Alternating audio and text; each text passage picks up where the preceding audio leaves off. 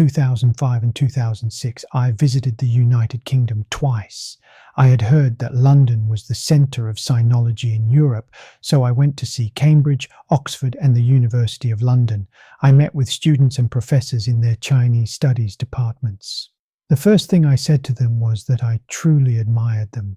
They were all foreigners, yet they spoke standard Mandarin Chinese. Their pronunciation was excellent. I asked them how long it had taken them to learn the Chinese language and characters. They told me it took them 3 years. Later, when I visited New York University, which also has a Chinese studies department, I asked the students there the same question, and they gave me the same answer: 3 years. So, learning Chinese is not difficult. Then why has it become so difficult today? Do you know the reason? Because people have lost confidence. Foreigners learn it well. Because they have confidence when they believe they can do it, it is not difficult. But we Chinese lack that confidence. Foreigners study Chinese as a foreign language, so they do not find it strange or hard.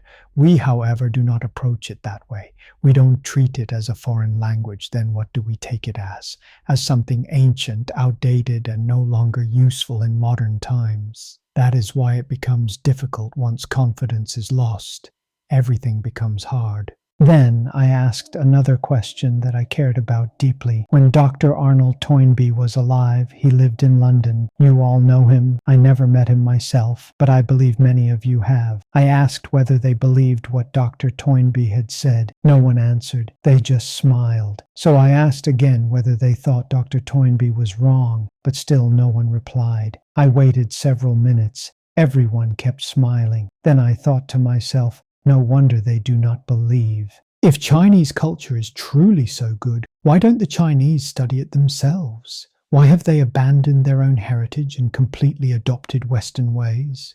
Even I would start to doubt. Finally, I told them that if they were to ask me this question again, I could tell them with absolute certainty I am completely sure, and I have no doubt at all. Why then do Chinese people neglect their own tradition? Because we have ignored it for 200 years. 200 years ago, in the late Qing dynasty, the government was corrupt, while science was rapidly advancing in Europe. When the Chinese saw Western machines and inventions, they were amazed and became fascinated by them. In that fascination, they completely abandoned their own culture, believing it was backward, outdated, and incapable of keeping up with the times. They discarded it all. How wrong that was.